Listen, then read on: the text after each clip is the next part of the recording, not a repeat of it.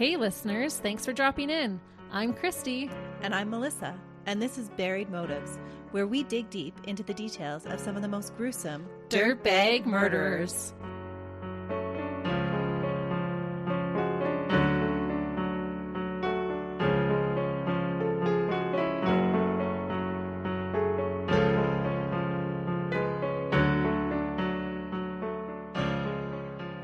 Hey listeners, Welcome back to Buried Motives. we're glad you're joining us for this special episode.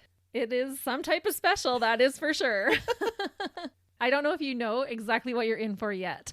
Christy's been preparing for this one for a long time. Months and months, actually.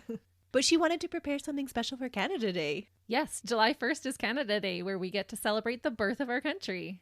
It's fun. I think all countries have different ways of celebrating, and Melissa and I have celebrated many of Canada Day together with our families. Yes. And we have escaped any firework mishaps. No, and that's even with sometimes Melissa's husband being one of the firefighters setting off those said fireworks. It actually is a pretty big miracle. We're just kidding. We love you.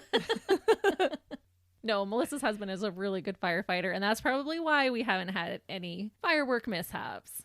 And we hope you guys don't have any mishaps either while you celebrate your Canada Day. But not everybody's going to be celebrating Canada Day. That's true, but a lot of our listeners, just a few days later, will be celebrating 4th of July. So wherever you live, celebrate your country. Yeah, you don't have to wait for the anniversary. That's right. Celebrate it up. Yep. Well, like Melissa said, I have been working on this Canadian case for a long, long time. I don't know if you remember way back telling you like, oh, I'm working on this Canadian case, but I'm not ready to do it yet. I just wasn't mentally prepared to cover it. Well, this is that case. Today, I'm just going to go for it.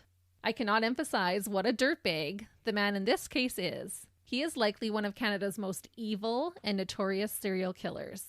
And so I thought I would cover him for our Canada Day episode. Yay, Canada! This is going to be another one that gives me nightmares, right? It really honestly might. Oh, no. Because Melissa's a big chicken. What? No, honestly, this case terrifies me too. I've said this before, but Canada may not have a super large number of murderers like some of our neighboring countries, but the ones we do are dirtbags with a capital D. Oh. We don't have a lot, but we have some of the most vile ones, I feel like. Mm-hmm. This case was one of the largest, if not the largest, Canadian investigation to ever take place. And I believe it is still the largest Canadian crime scene to date. So I apologize in advance if this episode ends up super long. We are in for a wild ride and have so much to cover. This is another case that could totally be a series. Anyone who crossed this man's path was subject to his vile existence. Just breathing the same Canadian air is too close of a connection to him. The man we're going to discuss brutally murdered 49 women and disposed of their bodies in an especially heinous manner. He was a pig farmer and used this to his advantage. If you haven't figured it out yet, we are going to be discussing the disgusting Robert Pickton. Oh, this is a huge case. This really is. Even if you don't know the details of Robert Pickton's case, I'm sure, especially if you're Canadian, you've heard the name Robert Pickton or Willie Pickton. A lot of people know the case by that as well. And he gave pig farmers a really bad rap. Yeah. I feel like he probably inspired some horror movies even. So I always look for crime scene photos, evidence photos, those types of things. And there was a lot of photos with this case. But now, as I'm talking about it, those visions are fresh in my mind. Oh, no. That's awful. It is. Have you been sleeping much, Christy? No. No, I haven't. This case has honestly been all-consuming for a lot of weeks for me. I was actually just finishing my proofing of my notes as Melissa walked in my door. Like, I need extra time. That's because there's just so much information on it to cover. It was overwhelming. Mm-hmm. Hundreds and hundreds and hundreds of pages of information to go through. So shall we get started? Yeah, let's get into it. Okay. Robert William Pickton was born in Port Coquitlam, British Columbia, or BC, Canada, on October 24th, 1949, into a family of pig farmers. He was called Robbie as a wee child, but then became known mainly as Willie. So sometimes you'll hear of Willie Pickton, but that is, in fact, Robert Pickton. Robert's father was Leonard Pickton. He was born in England, but his family immigrated to Canada when he was a young boy. They bought a large amount of land in BC and started pig farming. Leonard was known for not having a lot of initiative and reportedly grew abusive to his family. However, every farmer I have ever met works extremely hard, day in and day out. Yeah, that's hard to believe for a farmer. Yeah, I was a little suspicious when I read that. You don't make much of a living if you're not a hard worker as a farmer. Right, and they are successful farmers. So we'll take that with a grain of salt. Yeah. Robert's mother, Helen Louise, who went by Louise, was born in Calgary, Alberta, but grew up near Swift Current, Saskatchewan. Louise would become the one who controlled the family. She was definitely the boss. Oh, well, maybe he was the loafer and she was the one that was the hard worker. Maybe. She was tough as nails, this one. Does he have mommy issues? No, I wouldn't say he has mommy issues. Oh. No, he was a mommy's boy, though. Okay. Yeah. Robert had an older sister named Linda and a younger brother named David, who went by Dave. They were just a year apart each. When Robert was born, the umbilical cord was wrapped around his neck, causing his birth to be quite difficult. His family questioned if this event caused any brain damage in Robert when he was growing up. He wasn't good in school, despite having a really keen memory. He could remember things vividly from age 2 on. Oh, wow. But did not do well in school, No. which is unusual. So is it socially he didn't do well in school? Yeah, he does not do well socially, for sure. And he's reported as not being very intelligent, but his memory was very sharp. Okay. Maybe just that visual Yeah. memory, right? Robert was much closer to his mom, like I said, a little bit of a mommy's boy, and never really connected with his father. But his father was also physically abusive. Despite the family having money, they lived in squalor conditions. Why? I don't know. But when you look at the photos, it is disgusting, honestly. When he was 2, he remembers living in an old chicken coop. They literally lived in an old chicken coop, even though they were making good money.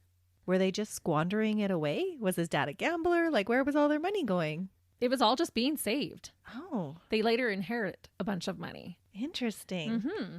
Did his parents, like, were they raised poor and that's why they were, like, so afraid to spend money? They could have been. I know that they grew up in the farm type life, which is waste not, want not, Yeah. you know, that kind of attitude, right? I remember my grandma always saying that to me. Waste not, want not. And the era that they grew up in would have been during the Great Depression. Exactly. Mm-hmm. Yeah. While living in this old chicken coop, Robert would lift the floorboard to access fresh water from a natural spring that ran under his bed. This was their only source of fresh water. The entire farm was just makeshift buildings with muddy pathways going from one building to another. So when I say they're on a farm, it's not the type of farm you're picturing. It's muddy, it's bleak, it's makeshift, it's dirty, it's just barely holding together. Well, it's just pig pens, right? Yeah. At age 3, he was helping his dad by driving a truck that was loaded with pigs. What? Yeah. How is a 3-year-old even going to hit the gas? He had him steering. I don't know if he had something on the gas, if it was going slow, but he had him steering while the dad was in the back. That's crazy. Right? Robert started to lose control of the truck and ran into a pole to stop it. He didn't know what else to do, so he just ran into the pole. He totaled the truck, and pigs went running everywhere. About the incident, he said he got the hell beat out of him for that one, but also said that's what happens, referring to the beatings like it was a normal part of life. What? Who put the 3-year-old in the driver's seat? I know. The dad should have got the beating. Unfortunately, when you grow up in a house full of abuse, it is just your normal thing. Yeah. His attitude was kind of like, well, I had that one coming. I totaled the truck. Yeah. Of course I was going to get beat. Makes sense to me. Yeah. When he was 4, his mother caught him smoking a cigarette. At 4. What? Yeah. As punishment, she forced him to smoke a cigar. Oh, that would have made him so sick. It did. He said that cured him of his desire to smoke and never touched a cigarette after that day. Robert later says that his mother said to him that if he was going to be a man, he had to smoke a cigar. He said it made him sicker than a skunk. Yeah, I believe it. I think that was a common thing to do back then. Well, it's funny that you say that because my next line is maybe common punishment for that day, because my dad had a similar punishment by his father when he was caught smoking with one of his friends for the first time ever. He was made to smoke an entire pack to the point of being sick. It cured my dad. He never smoked another cigarette again. He was older than 4, but still was a young boy. 4, though. That is so young. Right? Needless to say, Robert and his siblings did not have your average upbringing. Things that would shock your average person was just normal for them. Louise would allow the farm animals to traipse through the house, including chickens and ducks to pigs and cows. There would be manure all over the house, and no one would clean it up. The kids would have to feed nearly 200 pigs and clean their pens before school, so they always stank. People would call them Piggy. Leonard, the father, didn't mind, but it was hard on the kids. He wasn't the one at school getting called names. Right, but the townspeople called him Piggy. Oh. I think he wore it more like a badge of honor. He sounds like a character. Not a good thing to be known for, Leonard. No. I tell my kids all the time, you do not want to be the stinky kid at school. That's true. But unfortunately, they were. They would get to have a bath about once a week. But apparently, you just couldn't get that smell off of them. Robert didn't really have a sense of smell, so bad hygiene never really bothered him. He just never learned to take care of himself that way. Robert struggled in school. He was picked on for being the gross, dirty kid, but he also had a hard time with the lessons. In the earlier years, his family was strict about going to school. In grade 3, Robert was placed in a class for quote-unquote slow students. A fellow student said later that she remembers them all picking on the Pickton kids. She said the boys talked funny. Robert would talk really fast and high-pitched. He became a loner. What was up with his voice? Why was it so high-pitched? I don't know. Maybe it was a confidence thing. Maybe it was he was nervous. I'm not sure. The family would scavenge. Leonard would go through local garbage to find stuff to feed the pigs. The kids did their chores, went to school, and then just ran amok the rest of the time. Robert later admitted that he had a hard life.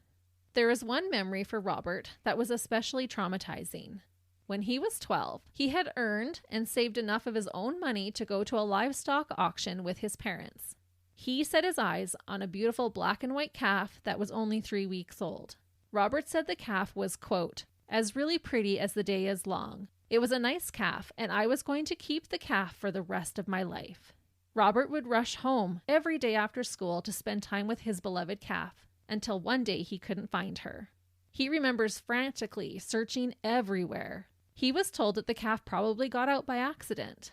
When Robert wouldn't let it go and kept asking how the calf could possibly get out, he was just told to go look inside the barn. As you may have guessed, when Robert ran into the barn, he saw his beloved calf, dead, hanging upside down. Robert was devastated. He said he didn't speak for 3 or 4 days and just locked everyone out of his mind.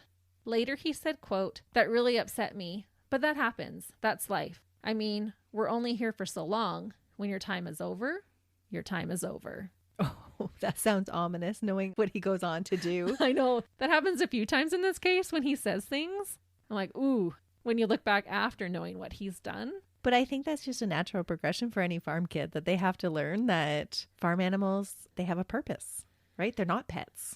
No, but he had saved his own money. He bought it. He told everyone, I'm keeping this cow. It's my cow. It probably took him a very long time to save that money. That happens with 4-H every year. The end of 4-H, that's what every kid is thinking, is that they raised this farm animal as a pet and now they're going to get slaughtered. Right. I don't know. I understand that, but I do see this differently because he bought it himself. It was not for 4-H. It was not for a program. He wasn't fortunate enough for those types of programs. He told his whole family, I'm keeping this forever. The cows were even allowed in the house. So what was the big deal? No one asked him. You know, and afterwards his mom was like, well, here's some of the money that we'll get for the cow. Yeah. He's like, I don't want the money. I want my cow. Yeah. That wasn't his purpose. He told everyone, I want this beautiful cow for the rest of my life. And then to just come home and see it hanging. Yeah, that's true. Robert grows up to be a cold-blooded killer, but you can't help but feel for child Robert. I can't imagine growing up that way. And that's often the case with many of the murders that we cover, is that you can totally feel bad for the childhoods that they had, but you're not feeling sorry for them as adults. Exactly. And this is that type of case where, because I have so much disdain for him as an adult and what he does, it's hard to even have some compassion about his childhood, but I still do. But not to the extent that I do in other cases. Let's just put it that way. Yeah, because he kind of takes this farm mentality and just uses that towards women. Yeah, that's how he was taught, right? He valued this cow, and he was taught by his parents that actually you just slaughter it. It has other purposes. Right. But it also does show that he could have a connection to another living thing. Oh, that's a good point to make. Yeah. Or can he have another connection after this one goes so poorly? He does. Oh, okay. And I'll tell you about it. but not yet. We'll get Come there. on, Christy, get to it. It's probably the phrase I say the most. We'll get there. We'll get there. At age 14 in 1963, Robert's family bought 40 acres of land for $18,000 on the eastern edge of Port Coquitlam. This address, 993 Dominion Avenue, would eventually become a place of unspeakable horror. And the biggest murder investigation site. Yes. Right? Yeah. And I Googled it, and I believe to date it's still the biggest. Unfortunately, it did not take long for their new farmstead to become as repulsive as their last home. Louise locked all the food in cupboards and was the only one with the key. The house didn't have any real furniture in it, just a few filthy items. The counters were covered in dirt and grease. The floor was covered with dirt, slop, and garbage. Louise would always wear her dirty rubber boots throughout the house. And like I said, I looked at the crime scene photos, and it is so clear that no one cleaned anything ever. However dirty you are imagining it right now, multiply that by 1,000 and you might be close. Oh, wow. Robert's sister Linda took this opportunity of them moving as her chance to move out. She went to live with relatives in Vancouver, leaving her 2 younger brothers at the farm. But you can't really blame her. She was only 15. Well, it sounds like it was a good opportunity to go off with relatives. Yeah, and I'm not sure who the relatives were, and they weren't that far. Vancouver's not that far. Mm-hmm. And at that time, 15 wasn't a terribly young age to leave home. Exactly. The Picktons focused on their pig and poultry business, and business was booming. They had hundreds and hundreds of animals on their farm. They increased the amount. They would sell meat in a little shop and then keep it frozen at their property for their customers. Ooh, doesn't that just give you awful vibes? Like their house was so disgusting and then they were actually selling meat? Yeah. I can't imagine their storefront was any cleaner. I don't know if they owned the whole store or if they sold it through the store, but That's still gross. it is. And because not a lot of people had deep freezes in their homes, they would store the meat too for them. And this storage place became known as the meat locker. The business grew so much that they had to hire staff. Louise continued to rule the roost in business and in the home. What's she ruling? She's not telling anybody to clean. No, but if you have, I don't know the exact number, but I think by then they were up to like 700 pigs. I don't know how many cattle they had. Oh, okay. They've got chickens, they've got ducks. Like there's a lot to do day in and day out. Yeah. And what's Leonard doing all this They've time? got being bossed around. Oh. I'm assuming. Like they said he didn't have initiative. Yeah. So it was probably whatever Louise told him to do, he just went and did. And even just keeping track of whose meat is in what locker, how much meat they have, all of that, Yeah. the shop stuff of it, there was probably a lot to do. Just no cleaning. No. She was too busy doing everything else. But she made enough money she could have hired someone to come in and clean. Robert and his brother had to work hard on the farm, and they started to miss school to complete their chores. By the age of 15, Robert dropped out of school and was described as extremely awkward around girls. When Robert's brother, David, was 16, he accidentally hit another boy from behind with his truck. He stopped, realized what he had done, and then just took off. He told his mom about the incident. Louise went back to the scene of the crime, saw the boy laying there, drug him off the road, and rolled him into the swampy slough water near the road and went back home. I thought you meant he hit him in a vehicle, but he actually hit his person. Yeah, he was walking along the road and he hit him from behind. That's brutal. Yeah. Hit and run. Yeah, it was totally a hit and run. And then he tells his mom, she goes and looks, sees the kid laying there, doesn't want anyone to see him, so she just drags him to the edge of the road and rolls him into the sloughy water. Was he dead? No. Later, police discovered that the boy didn't die from the impact of the truck, but rather drowned in the 2 feet of dirty water that they found him laying in. So he was alive when Louise found him. Oh, man. David was charged and given probation and a suspended license. What was Louise charged with? Nothing. What? No one knew the role that Robert's mother played until years later. So she was a murderer too? Yeah. And I added this in here, even though this isn't one of Robert's stories, but I wanted to put it in here to give you an idea as to what Robert and his family were like. What mother does that when finding another woman's injured son? And what message did that send to her children? Well, yeah. Robert would have just thought that this is just what you do. This is how you take care of problems. Yeah. That is bizarre. But honestly, mom to mom, if your son hit another kid walking and you went there and saw the kid was still alive, would you just throw them in the water in the ditch? No, you would go get help for them. Right. You would be devastated. Mm-hmm. You'd be slapping your own kid upside of the head saying, why did you run away? Yeah, exactly. No? Totally. Not Louise. She's like, oh, get rid of this problem. We got things to do. We got pigs to feed. That's right. And then to make it worse, David just got a slap on the wrist. Well, because it wasn't really him that killed him. No, but he did start the thing with the hit and run. That's true. If he had stopped and put the kid in his truck and drove him to the hospital, would have been a different story too. Mm-hmm. He was 16 and could have made that decision. Dirtbag decision. Yep, dirtbag family. I tried really hard to find any redeeming qualities. I didn't find too much bad with the sister. That's because she left the home early. Yeah, she had enough sense to get out of there. Aside from their meat and farming business, the Picktons also owned a demolition yard. David would drive truck and work demolition. Robert tried to learn how to be a meat cutter, sometimes butchering up to 24 pigs and cows a day as a butcher's apprentice. Oh, that's quite a bit. I've never butchered an animal, but I feel like 24 in a day would be a lot. In his off time, he developed mechanic skills and would work on various vehicles and machinery. So he's quite the handyman. He is. And it just adds to his greasiness. Mechanics aren't greasy, Christy. I can say that because he's a dirtbag murderer. No shade to many mechanics out there. But there's a difference between dirty and just that grease that mechanics have that won't come out of their fingernails or into their skin crevices. Yeah. By 1970, Robert quit his job as an apprentice and worked full-time at the family farm. Reportedly, he was just an average butcher at best. That makes me wonder how many animals you can slaughter in a day. Busy doing a subpar job. Yeah. Right? Despite all this, the neighbors actually described their family as kind, saying that they would help anyone out in need. Yeah. Help them out right to the ditch. Yeah. Yeah, as long as it doesn't reflect on them poorly. Exactly. Before I start to dive into the Picktons' criminal behavior and Robert's adult life, I just wanted to mention that a lot of this information about Robert's early life I got from a book written about him and this case. The book is called On the Farm, well written by Stevie Cameron. If you want more information on this case, I would recommend this book, but be prepared, it's a big one. It's over 700 pages, and when I took it out from our local library, the librarian looked at the book and said, just let us know if you need it longer than the 3 weeks. I'm like, okay, thanks. I wish I could cover everything in the book with you today, but we would need an entire podcast series on this case to do that. So again, just go get the book if you want even more information. Robert lost both of his parents within a year of each other. His father died in 1978 and his mother in 1979. Robert felt like his mom did him dirty in the will, which was viewed as a slap in the face for him since they were so close.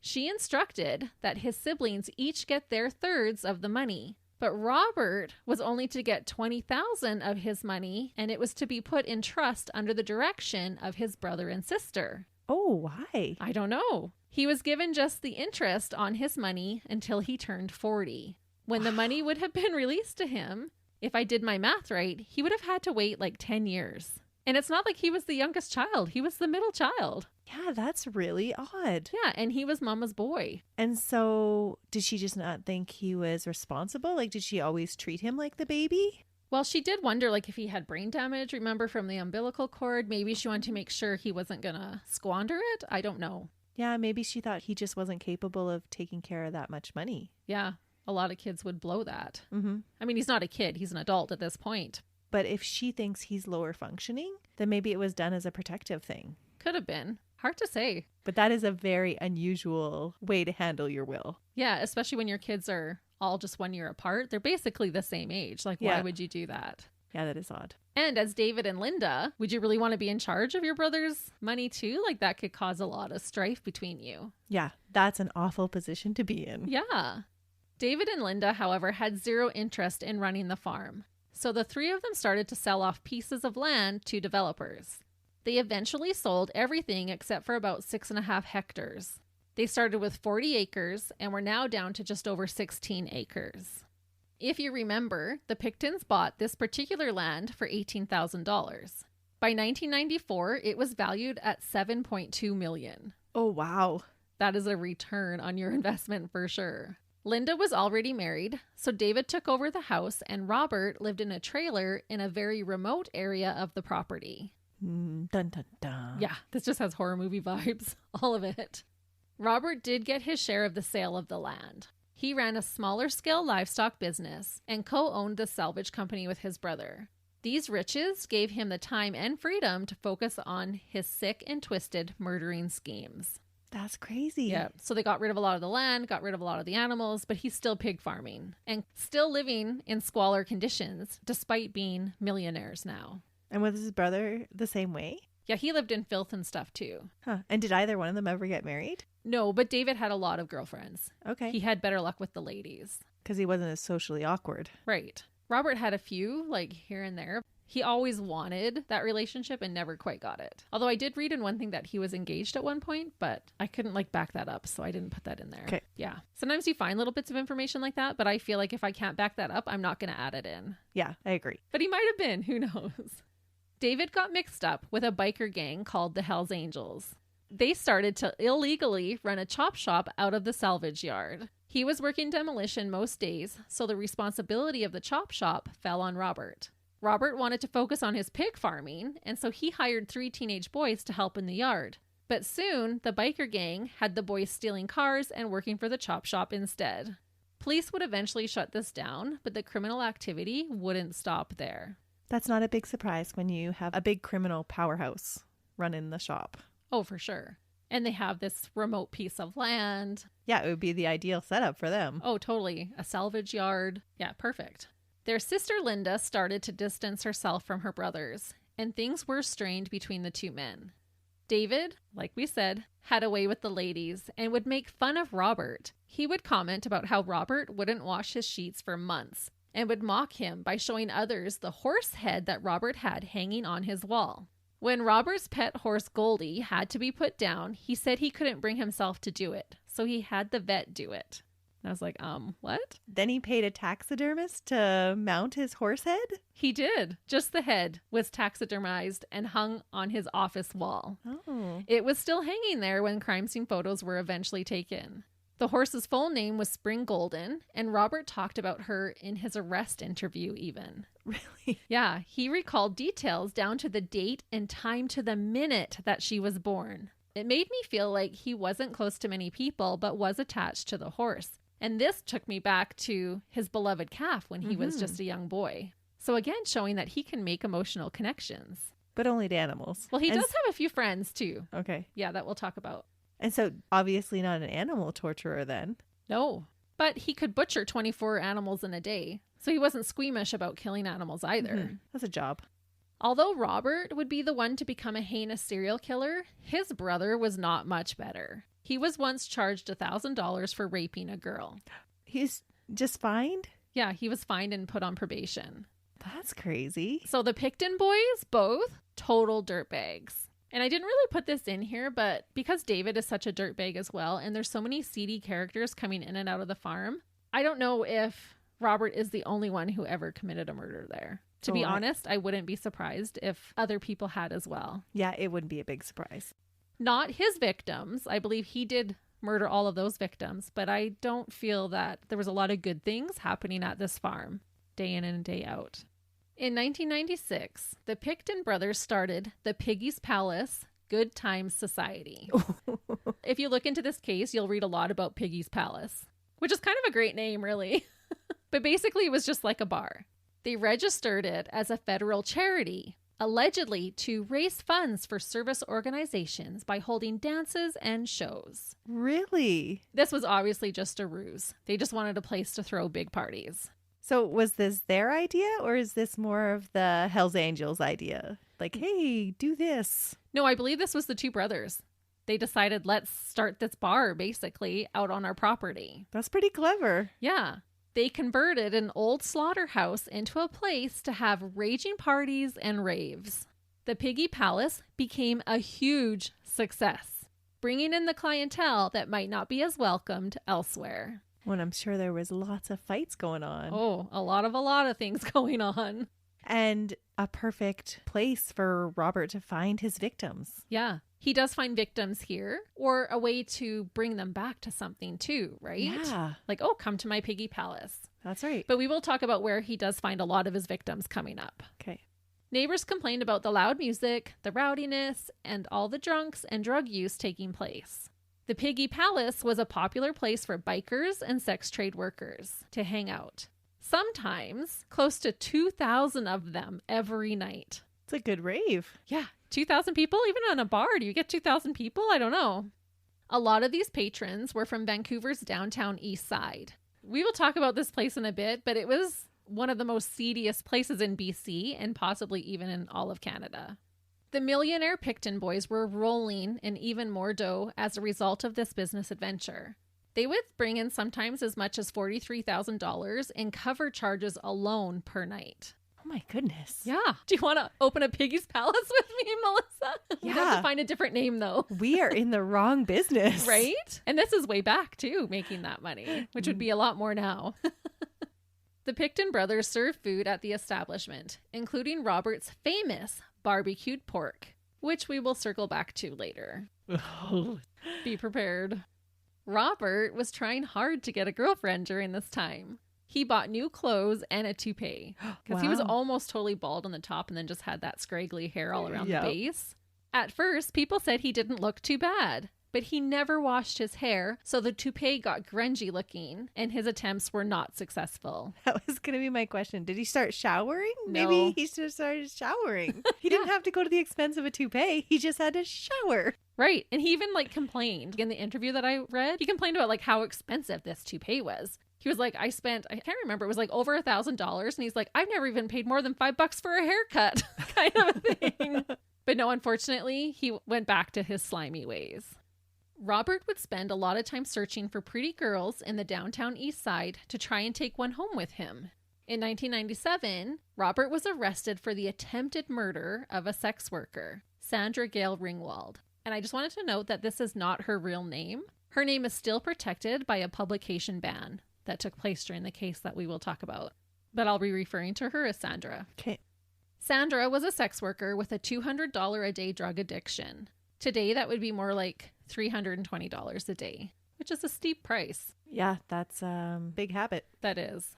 On March 10th, 1997, Sandra went to a casino. She enjoyed going, but usually limited her bets to only $20. On this day, Sandra ended up losing $60. She was worried that her pimp boyfriend would beat her when he found out. So she hit the streets to try and find a trick to make up for the lost money. And in hindsight, when I read things like this, it's just one different choice in your day. Had I not gone to the casino, by chance that she's going to meet Robert. Had I won instead of lost? Right. Yeah. Yeah, if she had won $60, she probably wouldn't have had to pull a trick that night. That's right. Yep. At around 10 or 11 that night, Robert Pickton pulled up beside her. He asked her how much for a blowjob. She said $40. He told her he wanted to take her to his place in Port Coquitlam. Sandra hesitated and told him she knew of places that were closer that they could go to. Robert offered her $100 if she would go with him and promised he'd bring her back to the city by 1:00 a.m. Oh, no. She needed to make up the lost money, so she agreed. Sometimes Robert did just hire a sex worker and then bring them back as promised, and it's hard to say why he murdered some and not others. So do you know, were there very many that he brought back? Well, it sounds like it was a common thing for him to hire a sex worker. Okay. So that is interesting then. Which ones, why did he choose some to let go? I'm not sure. Just it was noted that he did sometimes. Or maybe it had to do with, because he does escalate his number of murders in the later years. So maybe it's when that thrill wears off, or I'm not sure. Or he was still working up the nerve. Maybe. At first, Sandra didn't feel nervous around Robert. He had candy and pop in his truck that he shared with her. When they got to his house, she remembered being repulsed at how dirty the place was. In Robert's room, there was only a sleeping bag on the floor with a big roll of sheet plastic beside it. Run the other way. Yeah, red flag. Robert paid Sandra up front, and the two had quick intercourse instead of the originally intended oral sex. She said she wanted him to put on a condom before the oral sex, and then he was like, well, how about this? Okay. And it only was 5 minutes. Well, he paid her up front because he's planning on killing her. Yeah. They got dressed, and Sandra asked to use the bathroom and make a phone call. He let her use the bathroom, but told her he would stop at a gas station for her to use the phone, since women had made long-distance calls from his phone in the past. And I think he said he was going to stop at a Husky. Do you remember Husky gas stations in Canada? We still have some. Do we? I haven't seen one in a long time. Was that a true story, that he was trying to avoid the extra charges because he didn't want to spend any money? Or was it that he didn't want a trail leading her back to his house? Ooh, good question. I never thought of that because I thought, no, he was cheap. He's living in squalor, He probably didn't want them using the phone. Because I don't feel like Robert is super careful, which makes this even more shocking that he gets away with it for so long. Oh, interesting. Because I'm thinking like, oh, he didn't want her to make a call because then whoever she called would say, she called me at this time. And then they would be able to trace the phone because it would be a landline. Right. Yeah, that would make sense. Possibly. I just don't know that he was smart enough to think that far ahead. Doesn't sound like it. No. I think he was just being cheap. Sandra agreed to stop at the gas station instead and asked if she could look up a number in the phone book. Who's she calling? I think it was her pimp boyfriend she was going to call. She had her back towards Robert. She could feel him come up behind her. When she turned around suddenly to see what he was doing, he quickly grabbed her left hand. He caressed it and then snapped a handcuff around her wrist. Sandra knew she needed to fight before he could get the handcuff around the other wrist. She punched, kicked, and screamed. Robert hit her back, still hanging onto the handcuff attached to her. Sandra remembered that she had seen a knife on the table earlier. So as they fought, she inched him closer and closer to the table, taking blows along the way. She was able to reach behind her and grab the knife, but not before slicing her palm open. She swung at him with the knife and slashed his cheek, allowing herself to break his hold. This just enraged him. He grabbed a rag to put on his face, and she threw whatever she could at him. She ran to the door, and it was glued shut. Oh, no. So this is so dirty. I think this wasn't his first rodeo. I think he'd glued the door so people couldn't escape. When did he do that? I don't know. I think it was so women couldn't run out on the other end of the trailer. Oh, that's disturbing. Yeah. She also tried to break the glass on it, but it wouldn't break. So she thought it was maybe plexiglass. So this was like trapping her like an animal. The only way out was to go past him. Oh, this is the back door, not the door they came in. Okay. Yeah. Okay. Well, I'm thinking a trailer. How many trailers have two doors? There was a front and a back door. So he's in a mobile home, not like an RV. I'm picturing like an RV. No. Okay. Yeah. Like a mobile home trailer. Mobile home. Okay. Yeah. And like a trailer park trailer. Gotcha. Yeah. Not a camping trailer. I'm trying to think of when he glued the front door after they walked in, and I'm like, wow. No. That's why he had to be so quick. Yeah. My guess is someone probably got out that door. So he glued it shut so his future victims couldn't get out of it. That's crazy. That's terrifying to me. She breaks away. She knows he's trying to kill her. She gets to the door thinking she's going to get out, and it's glued shut. Imagine that panic. That would be horrifying. Yeah, and then she tries to break the glass, and it's plexiglass. It's not going to break. So now are you thinking he's a little bit smarter than you originally thought? Or just adaptive, I guess? I think adaptive. I think someone got out, and then he's like, well, got to fix that. Yeah. He's a problem solver. Yeah, get out the glue. And how did she know it was glued and not just like nailed shut from the outside? I don't know. It sounds like she was pretty observant. She was high and stuff, but she remembered there being a knife. And maybe being a sex worker, she had to learn to be observant of her surroundings. Yeah. This is probably why she lived through this experience. Right. And as she's trying to open the door, she's probably looking around. Do I unlock it? And probably saw the messy glue all around the edge. Oh, yeah. He's not much of a housekeeper. No. They continued to struggle until Sandra lost consciousness. When she awoke, they were outside by his truck. She still had the knife in her hand and started to stab at him until he got the knife away from her. He fell on top of her, and this time he began to lose consciousness. What? Because she had stabbed him a few times. But why would he carry her out to the truck and not take away her knife? I don't know. Because she was unconscious at that point. I don't think he even thought about the knife being in her hand. I think at one point we need to do for Patreons, the dumbest criminals. That's true. But I don't know if we can call him the dumbest criminal because of what he does do. Yeah, no. But yeah, that would be a good episode.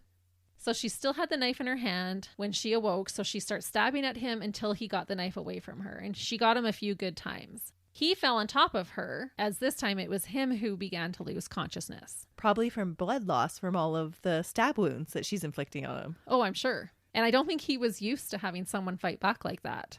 Sandra was able to get out from under him. She grabbed the knife and ran for her life towards the road. A couple saw her screaming and covered in blood. She was partially naked and her intestines were protruding from her wound. Wow. She was still holding fast to the knife. The couple stopped to help her, but not before she got rid of the knife. They called 911 and rushed her to the hospital. Sandra told the couple that if she died, the man in the trailer had done this to her. Doctors were able to operate on Sandra. The cut on her hand was very deep. Her lung had been punctured, and she had those 2 large cuts in her abdomen. When police found Robert, they also had him rushed to the hospital, and he too had to be treated. One account said that he was actually operated on as well. Those poor medical staff that saved his life. Yeah, in hindsight, finding that out. And that poor couple, like she comes running. Can you imagine a woman half naked and bloody with her intestines starting to protrude from her stomach? No, that would be horrifying. Yeah. So they were like, they mentioned that the knife, like, what are you going to do with that knife? Like, we don't want you to hurt us, but we want to help you. And when they said that, she threw the knife in the ditch. Like, I don't think she even realized that she was still gripping it. She was definitely in fight and flight at that time. After surgery, Sandra told the police everything.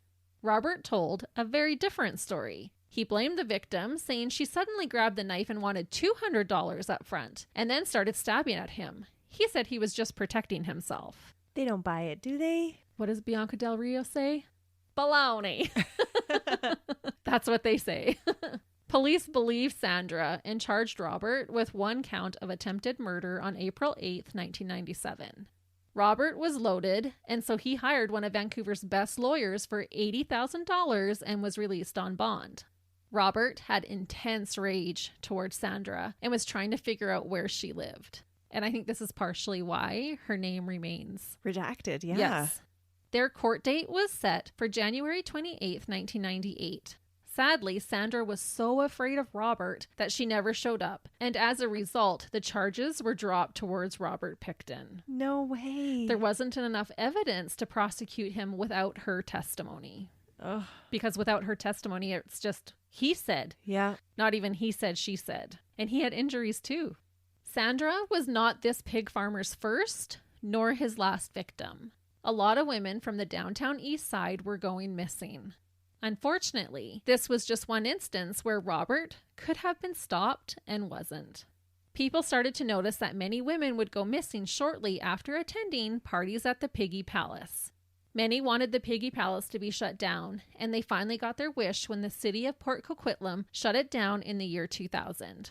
So they shut it down because of the missing people or just for other reasons? Well, they shut it down because the Picktons were unable to provide the proper financial statements to keep their nonprofit status. They didn't file their paperwork. That's right. I don't even think they kept track. Well, they had learned from the Hells Angels. That's right. The Hells Angels did frequent that bar, but they weren't a nonprofit. No, not at all. Organization. They were not donating their money. So there was no way for them to prove that they were. There was no paperwork to do because they weren't doing anything that they said they were doing. Right. So the city shut them down, took away their nonprofit status. But if you're making that much at night, why wouldn't you just open it as a business? I don't know. Like $43,000 a night? Just on cover charges. Yeah. Because remember, they had like 2,000 people sometimes. Like it was often like 1,700 was the average number, but sometimes up to 2,000 people. So why not just open it as a business? Yeah, I don't know, because they already run the pig farm business and the salvage yards, so I don't know. But regardless, it was probably a good thing that it got shut down. As I said earlier, I want to talk briefly about Vancouver's downtown east side. There has been a lot of discussion after this case about the horror and injustices that were taking place there during this time. Unfortunately, I'm not sure much has really changed.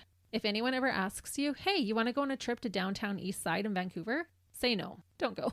Between 1978 and 2001, 65 women disappeared from this area. Robert's crime spanned most of those years, 1983 to 2002. It's called Downtown East Side because it's an area just a few blocks east of Vancouver's downtown central business district. The area spreads multiple blocks, but its center is around the intersection of Main Street and Hastings Street. The Vancouver Sun described this area in 2006 as, quote, 4 blocks of hell. Oh, wow. Downtown East Side has disproportionately high levels of poverty, homelessness, drug use, crime, mental illness amongst its residents, and a high number of sex workers. This is a place that you likely wouldn't want to go to during the daylight hours, let alone after dark. It doesn't sound like that's where you're traveling to for vacations. No, you don't go there for a nice picnic in the park, that's for sure. Residents of this area suffer from an alarmingly higher rate of mental illness and drug addiction. And I think you're going to be really interested in these stats because she's my geeky friend and she likes stats. I do like stats. If I call you geeky, I'm calling me geeky because we both like it. In 2013, there was a study done of SRO tenants, which is low-income housing. It stands for single-room occupancy. It's just basically like a hotel room or maybe a hostel room, but you only rent a small room and share a bathroom. And I believe there's not even a shared kitchen. The study found that 92.5% of these residents had some sort of substance abuse dependency, many with multiple addictions. And remember, these stats are probably worse for the homeless ones in this area. 74.4% had mental illness. 47.4% of those mental illnesses included psychosis. A BBC article in 2010 claims that downtown East Side is, quote, home to one of the worst drug problems in North America. So not just in Canada. But oftentimes all of those problems go hand in hand. So it's not a big surprise that that's the population that they're seeing in that area because it caters to those addictions. Absolutely. It does. It is a vicious cycle. Vancouver has an estimated 1,000 sex workers. And according to police, most of them work in downtown East Side.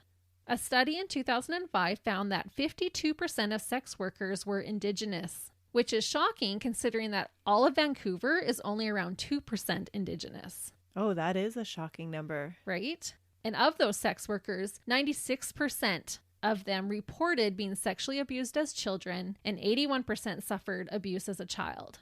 2/3 of the sex workers in this area report being physically or sexually abused while working. And I don't know if you remember with our Eileen Warnos case, the high number of occurrences of rape and sexual assault amongst sex workers. Well, those ACE scores, they actually mean something. Exactly. This area is also known as the low track area, meaning sex workers can typically only earn between $5 and $20 per date. Oh, no. Yeah.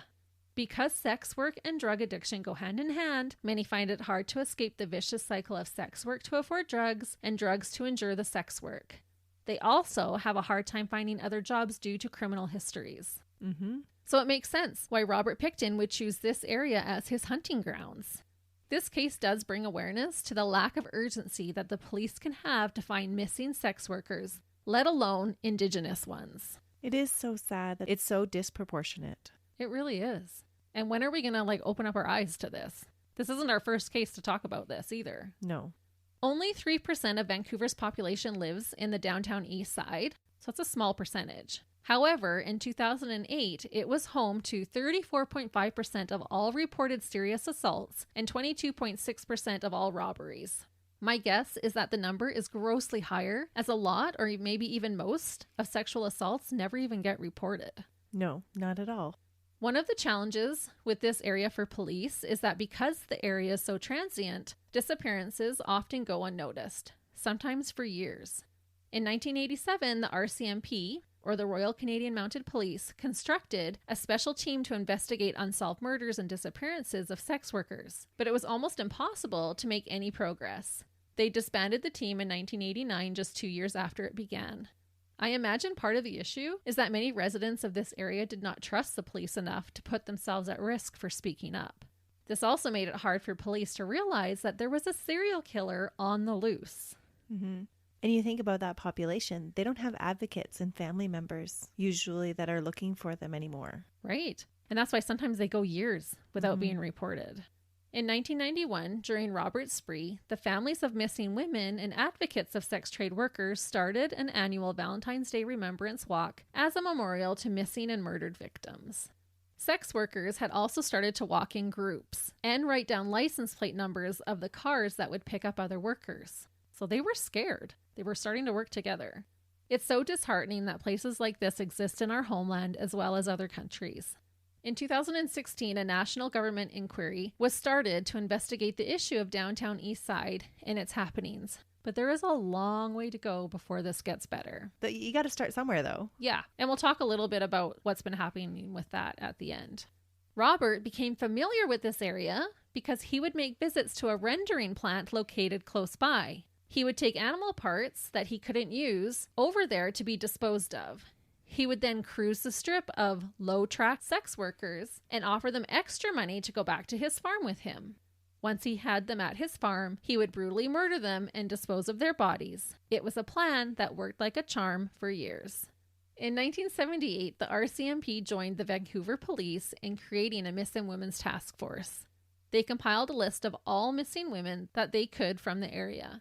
Robert was officially connected to 26 of the missing women spanning just 1995 to 2001. 26 women over 6 years? Yeah, and that's just what they could connect him to. He later admits to 49, but a lot speculated that there could have been many more. Wow. That's like one every 3 months. Yeah, that's a lot. That is a lot. And like I said, Robert ultimately admitted to murdering 49 women, but could definitely be responsible for many more than that. As you will find out, it was hard to find evidence to connect Robert to all of his victims. In fact, it was almost overwhelming researching this case because there were so many victims. I had to give a lot of thought as to how I should cover this case. Well, it's so hard with that many victims to actually acknowledge every single one, right? And tell their story. Right. And so hopefully I'll do it some justice. One of the most frustrating parts of this case is that people were suspicious of Robert long before he got caught. Well, if all the sex trade workers were taking down license plates, did they know to kind of stay away from him? No, not that I read anyways. Maybe a few of them did, but I don't think it was common knowledge. But some people did report Robert to the police, to no avail. What did they report? I'll tell you. I'll tell you in just a minute. By the mid-90s, Robert began to put less effort into pig farming and concentrated more on killing women. This caused Robert to hire more people to help him run the farm. One of those workers was a man named Bill Hiscox. He went to the police over his concern about what was happening at the farm more than once. Bill went to the RCMP in early 1999 and told them that a close friend of Robert's named Lisa Yelds had told Bill that she discovered women's clothing, purses, and papers at the farm that could identify some of the missing women. When police questioned Lisa, she denied it. Why would she deny it? I'll tell you in just a second. That's what you keep saying. But I will. It's literally in my same paragraph. Police were unable to obtain a search warrant because the claim was hearsay, without Lisa admitting to what she saw. They needed an eyewitness to the crime or a physical piece of evidence. A side note about Lisa, she hung out and stayed at the farm often. She was possibly the closest thing that Robert had to a best friend. They would sometimes cuddle at night, but their relationship was never sexual. Robert appreciated that she wasn't squeamish and could handle the gore that happened around a slaughterhouse. She was upfront with Robert and would tell him when he stunk too bad and needed a bath or a change of clothes. Lisa recalls that Robert was always generous to her. She saw a side to Robert that no one else got to see. Robert felt like Lisa was the smartest and strongest person he knew. Apparently, at the farm, they would hold regular cockfights. And when the men would get drunk and try to grope all of the women there, Robert protected Lisa and told everyone she was basically off limits. Oh, so he can form attachments then. He can. And basically, yeah, sexually assault anyone else, but leave Lisa alone. The fact that a man like this can have pure feelings for a woman is mind-boggling to me, but I would say suggests that he isn't a sociopath. Lisa was a true crime buff and later said that she could see similarities between her beloved friend and the sickening serial killer Ed Gein, who is the nipple belt guy if anyone needs reminding. We haven't covered him yet, but we might. If she was seeing signs, why wasn't she being upfront with the police? Well, this is what she said. She said that this made her uneasy, but, quote, I always had this thought at the back of my mind that Willie could be a serial killer, but I was never afraid of him myself. I knew he would never hurt me. She never told anybody about her thoughts at the time. She thought everyone would just think she was crazy. I wonder if it's because she was so strong-willed and, she didn't mind the blood and the guts and whatever gore, if it was her that reminded him of his mother. Probably, actually. That's really good insight. Yeah, and that's why he protected her. Yeah, and she was bossy. Mm-hmm. She went, you stink, you need a shower, change your clothes, Robert. Yeah, and would tell him what to do. Yeah. She would take over that kind of mothering role. Yeah. Interesting. Yeah, I never really made that connection, but I totally agree. And that's why it was so platonic, too. Mm-hmm. Makes sense. Yep. Going back to Bill, he described the farm as creepy. A creepy-looking place that was protected by a 600-pound wild boar. They are quite aggressive. And this one definitely was. The boar was allowed to roam free with the dogs on the property and would chase and try to bite you. He said Robert was a quiet guy, one who it was hard to strike up a conversation with. He said Robert just focused on women and had little interest talking to other men. He also said Robert displayed bizarre behavior that could not be blamed on substance abuse. Well, no, that's just his social inaptness, isn't it? Yeah, I'm sure he felt very inferior around other men. Mm-hmm. For the span of 3 years, Bill watched as women would come to the farm, and then he would read about those same women later in the paper being missing. Bill went to the detectives and told them that Robert, quote, frequented the downtown area all the time for girls. Eventually, the police would search the farm on 3 different occasions but came up empty-handed. They put Robert and his brother on a list of persons of interest, but never conducted any surveillance on the farm, despite the number of missing women continuing to grow. We're going to look at a lot of mistakes that the police actually made in this case. Yeah, that's interesting. I guess maybe they just didn't feel like they had enough evidence to conduct surveillance. Possibly. We'll look at a few of the reasons. A lot of people feel like it was because it was sex workers and predominantly Indigenous sex workers that were going missing, that they weren't willing to put the resources into this case. That's unfortunate. I can't say that that is what it was, but either way, it makes you think, how many lives were lost? They had indication that something evil was going on and they didn't follow up properly. Right. It sounds like. You're right. And this isn't the only person who comes to the police. Later that same spring, a woman named Lynn Ellingson was at the Pickton farm. When she walked into the slaughterhouse, she saw a woman's body hanging inside. This was reported by an informant. And when police investigated, Lynn denied what she had seen. Why did she deny it? Because she was scared. So again, they couldn't move forward exploring this claim. Because it's hearsay. Yeah. Lynn would later admit to what she saw. She said she hadn't told the truth at first because she was fearful of Robert, and she depended on him at the time to support her drug habit. And it did seem like Robert was surrounded by more than one friend who used him for drugs. Because he had an in. Yeah. He didn't do them himself, but he had all this money and could buy drugs for people. In 1998, police received a call on their tip line stating that Robert needed to be investigated for the missing women cases. One of the officers working for the department at the time said he wanted to open an investigation, but couldn't get the police resources to do so. They shut it down. They're like, no. A year later, in 1999, police received a tip saying that there was a freezer at the Pickton farm that was filled with human flesh. Police interviewed Robert and searched the farm, but once again came up empty-handed. There just seems to be so many opportunities for him to get caught. Yeah. And I thought they could not have been doing thorough searches at that farm. Or was he tipped off and knew how to get rid of everything? We'll find out later that there was a lot of different freezers. So he probably just took him to a freezer that he knew was clean. Yeah, because they wouldn't have an inventory of how many freezers he had on his property. Right. And it's a huge area. When Robert was first arrested for the attempted murder charge in 1977, the clothes and rubber boots that Robert was wearing that night were confiscated but left in a storage locker for 7 years before being tested for DNA evidence. And let me guess, there was none left. No, there was. Oh. Because in 2004, they found DNA evidence belonging to 2 of Robert's victims. So this is 7 more years of killing where they had this DNA evidence of missing women on his clothing. And they never tested it. They never tested it until he got arrested and all this came to light. And then they're like, oh, wait, we've had that evidence in our storage locker since 1997. It's 2004. Maybe we should test it.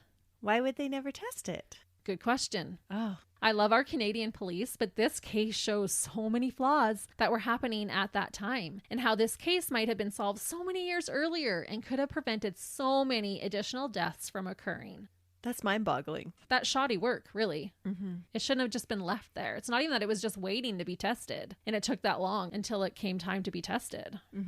It was like a smoking gun sitting right in their storage locker that whole time. That is crazy. Yep. Because it's almost impossible to talk you through all 49 murders, I thought we would start with his arrest and work backwards as much as we can.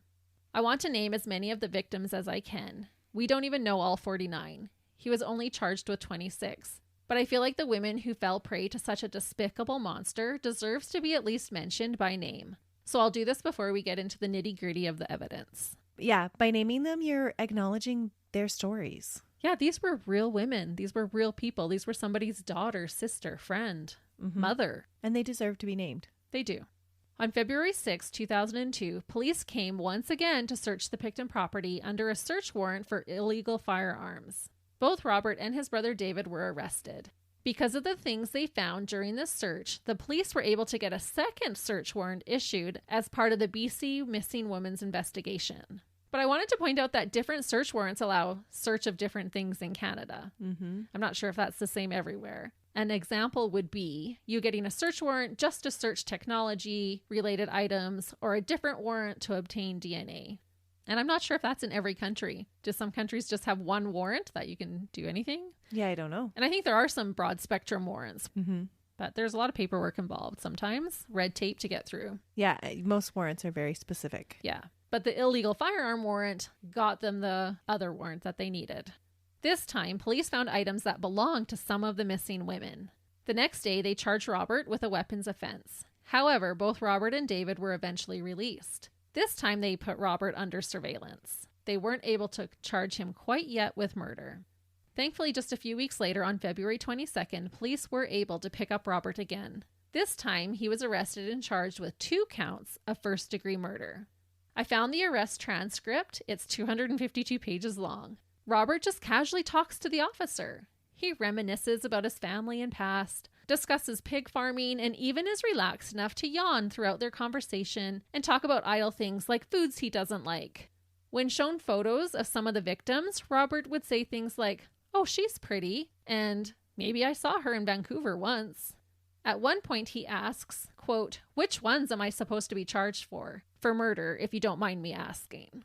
Which ones? Yeah. So he's acting like he doesn't know them. And he's like, "Oh, by the way, which 2 am I being charged with?" Because they were showing him so many multiple ones, Yeah. hoping that he would probably identify another one that they didn't have. Right. And there was probably and- lots that he had murdered. Yeah. And he's like, "Well, which ones are you pinning on me right now?" Because there's many And they don't know that yet. They think it's just the 2 right now. to start out with. All I can say after reading this interview is that the officers who conducted this interview each deserve a medal for being able to spend that much time chatting up such a douche canoe dirtbag. One of the murder counts that Robert was first charged with was for the death of Serena Abbotsway. The other count was for Mona Wilson. Serena was 29 years old. She disappeared in August of 2001 and had been reported missing by her foster mother. Mona was 26. She went to see her doctor during the day on November 30th, 2001, and was reported missing by that night. On April 2nd, Robert was charged with the murders of Jacqueline McDonnell, Diane Rock, and Heather Bottomley. Jacqueline was 22 years old and went missing in January of 1999. Diane was 34. She was last seen on October 19th, 2001, but wasn't reported missing until December 13th that same year. Heather was 27. She was last seen on April 17th, 2001, and was reported missing that same day. A week later, on April 9th, Robert was charged with Andrea Joesbury's death, followed next with the death of Brenda Wolfe. Andrea was last seen in June of 2001. She was only 22 years old. That's so young. So young. I know that's like around my daughter's ages. Well, she should have had so much more life to live. Exactly. All of them, really. Brenda was 32. She was last seen February 1999, but wasn't reported missing for over a year on April 25th, 2000. It would take 5 more months for more murder charges to be laid. On September 20th, Robert was charged with killing Georgina Papin, Patricia Johnson, Helen Hallmark, and Jennifer Verminger. Georgina went missing in January 1999, but wasn't reported missing for almost 2 years in March 2001. Patricia went missing in March 2001. Helen was last seen August 1997, and Jennifer was last seen in 1999. We don't even have a month for her. Tanya Holk, Sherry Irving, Inga Hall, and Heather Chinnick were added to the list on October 3rd. Tanya was 23 and last seen October 1996. Sherry was 24 and went missing in 1997. Inga was 46 and disappeared in February 1998. Heather was 30 and vanished April 2001. The last ones that he would officially be charged with were on May 26, 2005, 3 years after the first charges. And does he confess to any of these? No, he doesn't. Wow. So this is just all physical evidence that they're finding at the farm then. Yeah, so they've been searching the farm now for 3 whole years, and they're still adding charges on. It's just so surreal how many there are. It's true. And we still have just these last few names to go. These names included Kara Ellis, Andrea Borhaven, Deborah Lynn Jones, Marnie Frey, Tiffany Drew, Carrie Koski, Sarah DeVries, Cynthia Felix, Angela Jardin, Wendy Crawford, Diana Melnick, and one Jane Doe. And I apologize if I got any of anybody's names wrong. Kara was nicknamed Nikki Trimble. She was 25 and vanished in 1996, but wasn't reported until October 2002. Andrea was last seen March 1997. Deborah went missing in December of 2000. Marnie was last seen August 1997, but reported in December of that same year. Tiffany vanished December 1999. Carrie in January 1998. Sarah was April 1998. Cynthia was in December 1997. Angela was last seen on November 20th, 1998, between 3:30 and 4 o'clock p.m. at Oppenheimer Park at a rally in the downtown East Side. Wendy went missing in December 1999. Diana was last seen in December 1995. The charge for the Jane Doe was later dropped on March 2nd, 2006. The detailed reasons for this cannot be reported in Canada because there was a publication ban, like I mentioned earlier, at this stage of the trial. With Jane Doe being dropped, the number of charges was 26. He was implicated, but not officially charged in more cases. Did they ever say the reason why the publication ban is there? I think just it was so overwhelming and it was such a big case. I just don't think they wanted any information getting out that shouldn't be. I'm thinking maybe they're protecting any biased opinions for future evidence that they might find. For sure. And I don't think they wanted to sway the public's opinion, and they have to pick jury members out of these residents too. Yep.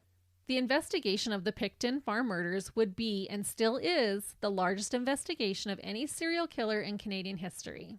Like I said, it was the largest crime scene, 6.5 hectares of land to be processed. This is the reason why all these charges weren't laid at once. They spent years finding body parts and DNA all over the farm. At the time, it was also the most expensive investigation to ever take place. According to CTV News, the total cost was upwards of $102 million. Wow. And I didn't actually convert that to what that is today, but that's a lot of money. That is a lot of money. But you think about how much manpower you would need to cover that much land over that length of time. That makes sense. Oh, yeah. I will talk about what they actually had to do for this investigation, and I couldn't even include it all. It was a huge investigation. Yeah. But if it ends them up behind bars, I guess it's money well spent. Or they find peace for one of the families that has a missing child out there. Exactly. Yeah. Money well spent. Kim Bolan from the Vancouver Sun said, quote, "The excavation and search for human remains at the farm resembles the massive undertaking at Ground Zero after the World Trade Center disaster." That's something to compare it to. I was actually really shocked when I first read that, but just the undertaking and how many years and, like you said, the amount of people and equipment, and it was huge. Yeah, it seems like a lofty claim. I don't think she means that it was the same part of disaster, but she says the excavation of it and the search for human remains resembled that. So the equipment that they had to use, the time they had to put in, all of those things. The amount of people, all of that. Robert Pickton's trial wouldn't even start until January 30th, 2006, 4 years after being arrested. His trial took place in New Westminster, BC. Robert pled not guilty to the 27 charges of first-degree murder in the Supreme Court of British Columbia. This was when Jane Doe was included in the charge. That's why it's 27 that he pleads not guilty to. And had they finished the excavation and the investigation on the farm by this time that the trial was starting, or was it still going on? It was still going on. Wow. And it actually doesn't even end up starting on that date. It still gets pushed back. Part of that is because the voir dire phase took almost a year to complete. This is where they're picking the jury and deciding what evidence would be admitted for the jury to see. So that took almost a year. It was during this time as well that the Jane Doe charge was dropped. Justice Williams decided to split the charges on August 9th. He split the victims into one group of 6 and another group with the remaining 20. The judge felt that trying all 26 charges at the same time would put an unreasonable burden on the jury, as it would likely last at least 2 years if they did so. Oh, that would be a huge time to serve as a jury member. Yeah. And when you try that many people, how can you not have reasonable doubt about one of them? And so if you're trying that conviction to all of them at once. Next thing I was going to say is that there would also be a significant chance of the trial ending in a mistrial, according to the judge. Yeah. If he had all 26. The judge carefully picked which 6 victims to try Robert for. He said they had, quote, materially different evidence for those 6 counts than they did for the other 20. However, the publication ban was still in effect at this time, so not all the reasons may be known about this decision. After all of this, the jury trial finally started on January 22nd, 2007. For this trial, Robert was tried for the gruesome murders of Serena Abbotsway, Mona Wilson, Andrea Joesbury, Brenda Wolfe, Marnie Frey, and Georgina Papin. The media ban was now finally lifted, and Canadians were finding out the disturbing details of what was happening in their most western province. Because now they have their jury. They don't have to worry about tainting the jury pool. Right. So are you ready for some of the disturbing evidence that the Vancouver police and the RCMP found at the Pickton farm? We are going to go through a lot of the gruesome details because this is their story. This is what happened. This will definitely help to shed light on why the investigation took so many years. And this would finally be the police's time to redeem themselves as best they could. However, this part of the case is extremely graphic, and we don't often give you guys warnings, but you might want one this time. So be warned. Police started by taking aerial photos of the farm and then had to set up a safe zone where technicians could suit up, but also those involved could have meetings and compile notes without contamination of the crime scene.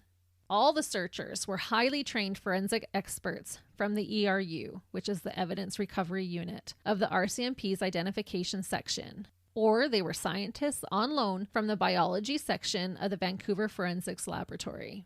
And they were taking aerials to identify new vegetation growth, right? Well, I think they just wanted an aerial photo of the whole place before the people got in there and started disturbing things. Because what if this barrel is moved over here? Where was it originally? I felt like they did really good police work starting now. Okay. Yeah. They started looking in Robert's personal trailer.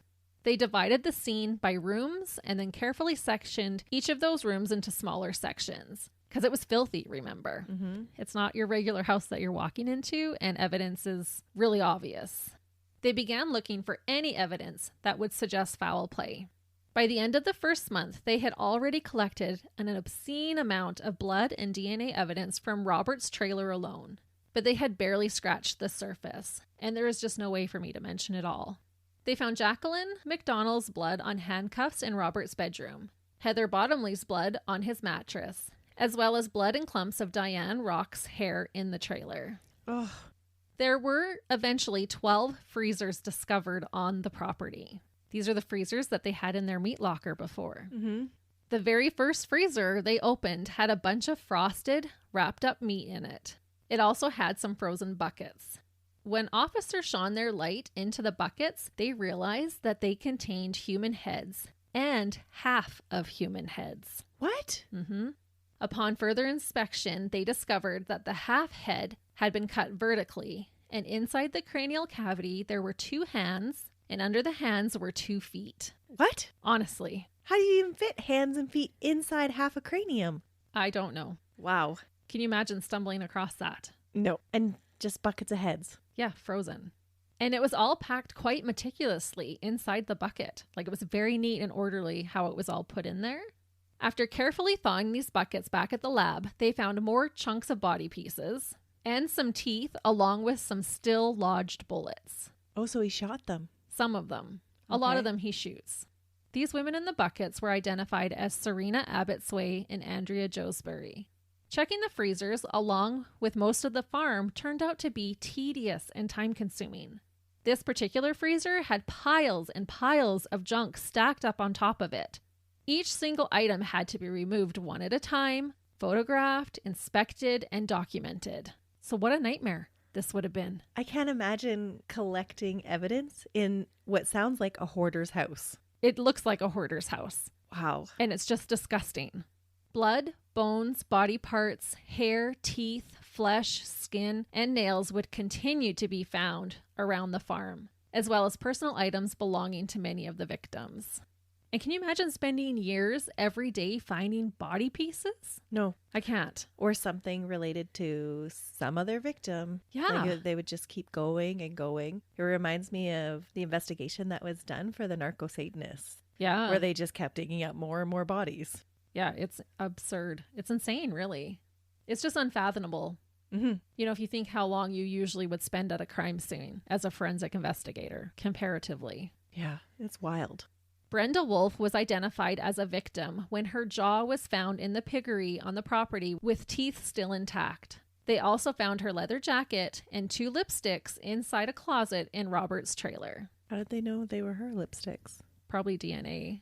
Or maybe they were in her jacket. I'm not sure. Yeah, okay. The tiniest bone fragment was found in manure that helped police identify Wendy Crawford. And this is where the feeding of the pigs comes in, isn't it? It's going to be. Carol Hooper and Randy Hunt were the 2 RCMP officers that headed up managing the pig farm crime scene. This place was a forensic nightmare. The area was huge, dirty, and full of junk, not to mention full of animals when they first arrived. Tons of equipment had to be brought to the farm, including, but certainly not limited to, mobile labs, refrigerated trucks, and large excavators. They also had to have things like electricity, sewer, phones, and water run to the site, because that wouldn't go to every part of the farm. When the human skulls and bones were found in the buckets, everyone involved knew they were in for quite a ride. They knew that the soil that was everywhere would need to be carefully inspected, all the way down to undisturbed dirt. They also knew that they needed a top forensic scientist to assist them. This is not your average job. The scale of this investigation is unreal. It's wild. It's like, Melissa's going to be interested in this investigation part. There were not many forensic scientists in Canada at the time. Thankfully, they were able to have Tracy Rogers come to their aid. She had a master's as well as a doctorate and had been following the case closely.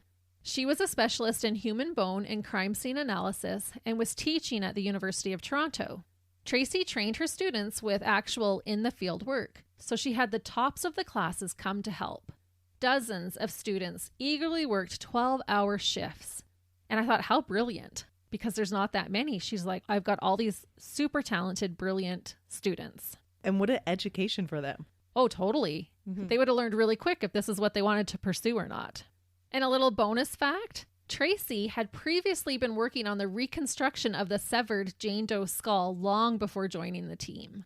Oh. So she had already been following it closely, was trying to reconstruct the skull for them. And then she heard about the case, and I believe she actually offered her services, and they jumped all over it. Which says a lot about her, because that's a hard case to work. You know what you're walking into at that point. It's not like they've just found something. Yeah, totally.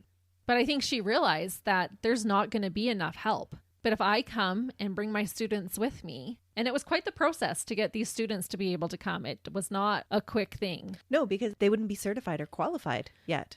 The supervised forensic students used 2 15-meter or 50-foot flat conveyor belts, as well as soil sifters, to look for remains. They sifted through 383,000 cubic yards of soil, which is hard to even fathom. Yeah. And searched. Like, it would go on the conveyor belt, it would shake it out, they would find stuff, and then they would hand sift the rest of the stuff that fell through. Or they had soil sifters that would do that. One of their search challenges were animal bone pits.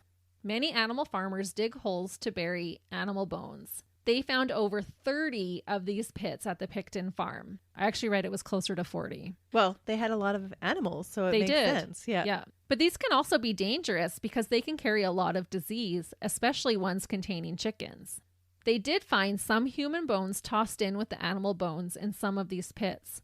And one pit contained human bones only. He had a whole pit just for humans? One of them did, yeah. And then, I know another one of them I read was all animal bones, and then, one human vertebrae was thrown in there. Just for a dash of good measure. Possibly. Or maybe got in there by accident. That's random. I found this one. Ooh, so where did this one come from? I'll just throw it in with this bone pit. This next part is gruesome to think about, but there was evidence that a wood chipper was also used to aid in body disposal. What? A wood chipper. Oh my goodness. Is that not what nightmares are made of? Quite honestly.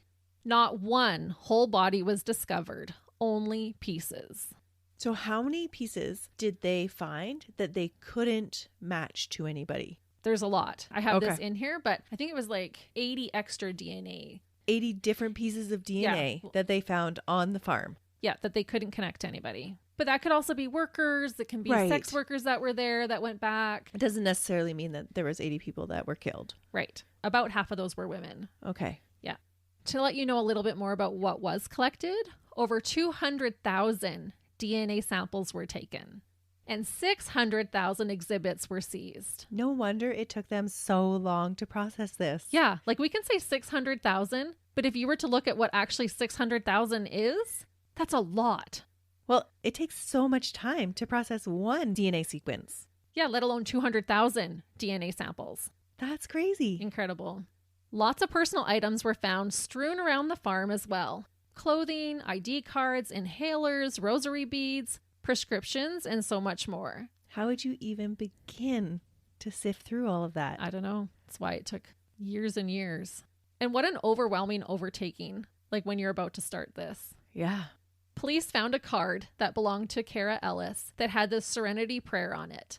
Robert must have wanted to keep that as they found it on a shelf in the slaughterhouse. Just random places for everything. Yeah, and that's where, I mean, he wasn't really hiding stuff. So I'm not sure how some of this got missed in the previous searches. I think they were just haphazard searches. They had to have been.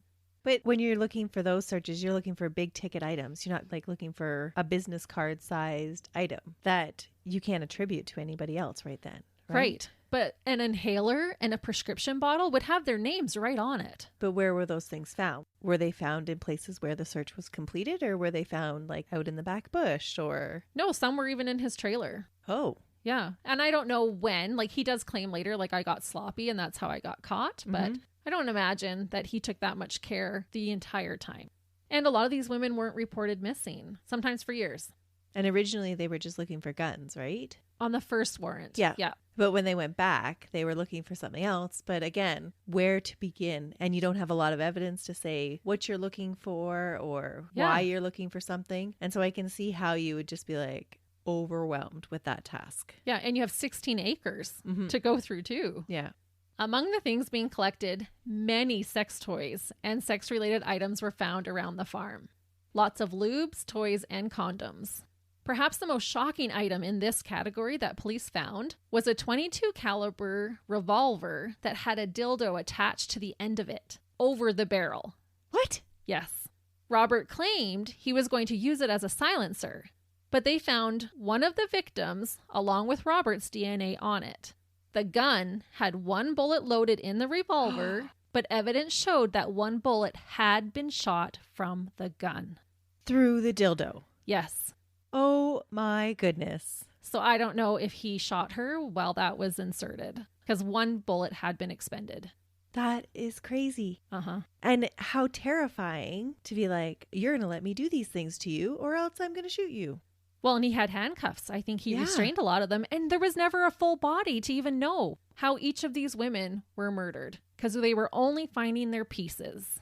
Sometimes just a tiny bone fragment. That is so disturbing. Mm-hmm. A lot of the other stuff they had to piece together by what they found.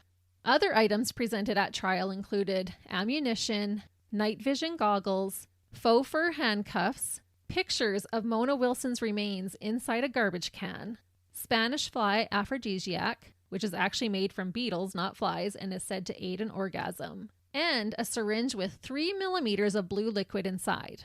What was the liquid? Well, one of Robert's friends said that Robert had told him that a good way to kill a female heroin addict was to inject her with windshield washer fluid. Or the likes, like other fluids too, like antifreeze or things like that. Another friend testified that Robert told him he killed sex workers by handcuffing and strangling them. Robert said that he would then bleed them out, gut them, and feed them to his pigs. I thought, can you imagine being a juror in this case? No wonder the judge just wanted to try 6. Yeah, because it already took such a long time, this trial, just with the 6. Yeah. And I was looking in to see if Canada offers free counseling to juror members. And the only one I could find was Ottawa. And I don't know if I just couldn't find access to that. Maybe some of the other provinces do, but I'm not sure that that was even an option at the time of this trial. Is that a common practice in other countries, do you know? I don't know. But it makes sense that they would need counseling after all this. Right. And in Canada, you usually pay out of pocket for counseling. And I thought, you are doing your civic duty by being a jury member. And something like this could be so traumatizing. Mm-hmm. I feel like you would need some type of debriefing counseling. Yeah. Lynn Ellingson finally admitted to police that she had in fact seen Robert skinning a woman from a meat hook. A little too late. Yep. Just like the informant had reported years earlier to the police. She said she feared for her life if she told, But she also admitted that she used this incident to blackmail Robert more than once. To get more drugs? Yep, or money. She was his friend, so I guess that's why he didn't kill her and gave in to the blackmail. But I thought, how do you keep associating with Robert after seeing this? Well, how do you live with yourself knowing that you could have prevented a whole bunch of deaths if you had just fessed up to the police about what you saw? Yeah, I think she was just concentrating on getting her next fix. But I cannot even fathom walking into a slaughterhouse, seeing your friend with a woman hung up and skinning her and butchering her. Yeah. And that you would even go back. No. Even if you didn't tell. Why would you put yourself in that position again? Or even the nerve it took of her to blackmail him, knowing what he was capable of? Yeah, no kidding. And if she was that afraid of him, why the heck was she blackmailing him? Exactly. That doesn't make much sense. Yeah. But she had said earlier he helped fuel her drug habit, right? So then I call baloney on her saying that she is afraid of him. Right. Because you don't blackmail somebody that you're afraid of. Exactly. It's just so wild to me. And I would never want to have to live with that on my conscience. No. One of the worst things about how Robert so carelessly disposed of dozens of women is the fact that he used his pigs to help eat the evidence.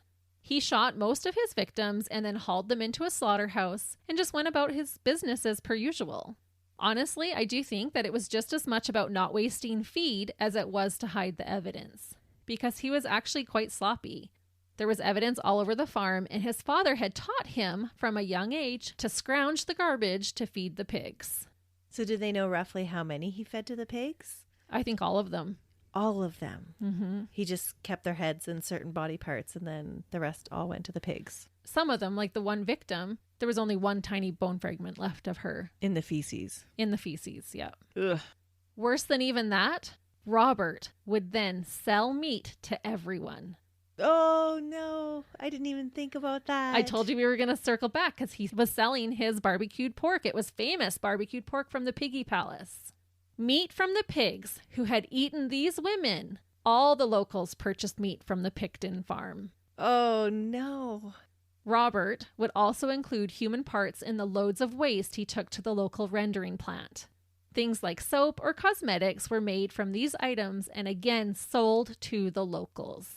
No way. It is estimated that around 53,000 people could have been affected by the aftermath of all these brutal murders. Are wearing somebody else's DNA, a victim's DNA. In your lipstick, or washing it on your body with your soap.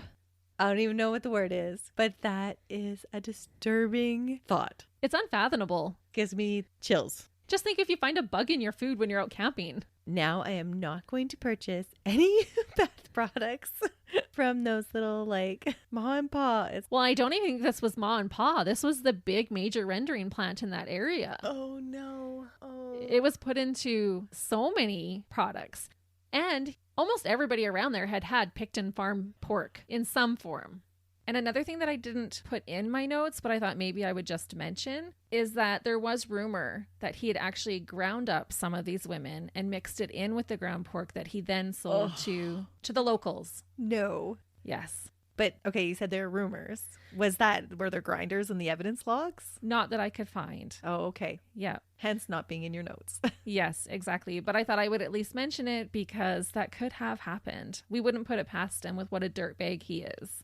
Oh, that is a disgusting thought. Yeah. So we know for sure that they were fed the pigs that had feasted on these bodies, on these poor women, but they could have actually eaten their meat directly as well.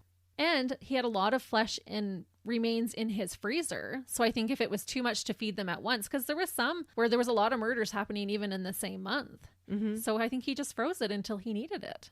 But either way, the pigs ate it. They ate the pigs. What a dirtbag. I was thinking when I was researching this, I'm like, what is the Pickton farm like now? Like, is it haunted? Oh, I never even thought about that. Yeah, because all those remains for so long, all in that one spot. I'd be interested to hear if anybody knows. Yeah. During the trial and searches, Robert was housed in a jail in Surrey, BC. They put him in a cell with an undercover RCMP officer. Oh, yes. That's what I mean. They redeemed themselves in the second part of this. Robert believed that his cellmate was just another detainee. Again, he's not so smart. Nope. Police were able to obtain recorded conversation between Robert and this officer. I found an almost 200-page transcript of their conversation. This is when police finally hear Robert admitting to killing 49 women. He said he really regretted not being able to murder one more to get his total to 50. What a dirtbag. Yeah, what a disgusting dirtbag. That was his only regret, that he didn't get an even 50. He's like, yeah, man, I just wish I had one more. 50 sounds so much better than 49, kind of a thing. Like, that's not word for word, but that's basically what he said. Reading through his conversation, it will make you sick. Robert laughed and said to his cellmate, quote, "I'm a legend already," like he was bragging. He also bragged about never drinking, smoking, or taking drugs. He said, quote, "I'm just a farm boy." A psychopathic farm boy. Yeah. Memo to Robert Pickton. All of the farm boys have officially disowned you. Yeah, really. All of the Canadian ones, I'm sure I can speak for them all. The undercover cop complained when they were eating their food. He says to Robert that he bets Robert even fed his pigs better than they were getting fed. Robert responds with a simple quote, "I do." That's all he said. And I wrote in brackets, "Eek!" That is a skilled undercover cop, how he didn't break. Yeah. He tells his cellmate that he got caught because he had become sloppy at the end. Robert Pickton's trial finally came to an end on December 9th, 2007. Robert was not found guilty of the 6 first-degree murder charges. However, the jury did find him guilty on 6 counts of second-degree murder. And I was like, why? What the heck? Yeah. How could he not get convicted of first-degree murder for those 6 women? Especially when they have handcuffs with their DNA on it. Yeah, blood evidence on there. And he had to drive to downtown East Side and bring them back and then murder them there. And then he has glued the one door to his trailer shut, so that's confining them. Yeah. And then he's butchering them after and then goes and does it again. So how is that not premeditated? Yeah. Your answer is as good as mine. I honestly do not understand why that got changed. Did you find the judge's decision in the ruling? Well, there's some appeals. Okay. And I'll tell you what the judge decides. Robert was sentenced to the maximum that he could be for second-degree murder, which at the time was life imprisonment in a federal penitentiary with no possibility of parole for 25 years. This makes him eligible for parole in 2032. This is only 10 years from now. If he lives that long, he will be 83 years old when he could go up for parole. And I can say with confidence, I believe, that he won't get paroled, but stranger things have happened. Yeah, there's no parole board that's going to grant him parole. I hope not. At the sentencing hearing, family members of the victims were given 5 minutes each to give impact statements. Some were so upset their statements had to be read for them. 18 in total were given. It is reported that this trial was beyond emotional for all involved. Many broke down and cried throughout its proceedings. When sentenced, Judge Williams told Robert, quote, "Nothing I can say adequately express the revulsion the community feels at the killings." After this long, excruciating trial, the British Columbia Crown kept the option open to try Robert for the other 20 victims at a later date. However, prosecutors announced on August 4th, 2010, that they would not be pursuing these charges any longer. I always have mixed feelings about that. I do, too. Their reasoning was that if convicted, Robert's sentence would not change. He already had the maximum. Some family members of those 20 victims were outraged not to get the justice they wanted. But then others said that they were relieved and didn't want to experience another long and difficult trial.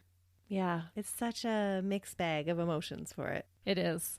If it's not going to extend it, I don't know if I'd want to be put through that. No, and especially with the new laws in Canada that were just passed, that you can't add probationary periods together anymore. Yeah. Like, so if they serve 2 life sentences, that probation is only after 25 years. It's not after 50 years. Right. Or in his case, it should have been 25 years times 6. Yeah. Yeah. 150 years. Yeah. Yeah, it's wild. I am not happy with that change in the law, to be honest.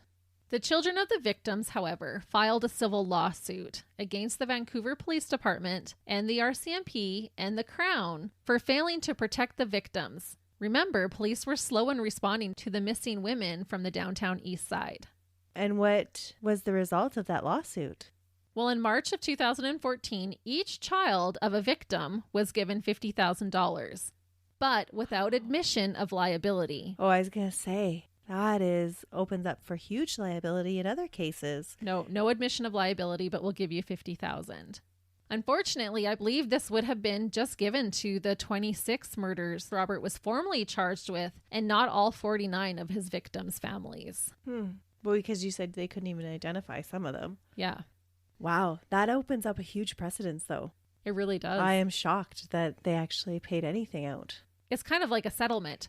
When it comes down to it, the police messed up this case. There was a lot of things that they did or did not do that shouldn't have happened. But do you think they actually did it willingly and unlawfully, that they didn't take it seriously enough? Like, I can understand your point of view from a family member. It would be awful thinking about their death being preventable if somebody had taken the investigation more seriously. But I just don't know how you hold the police liable for that.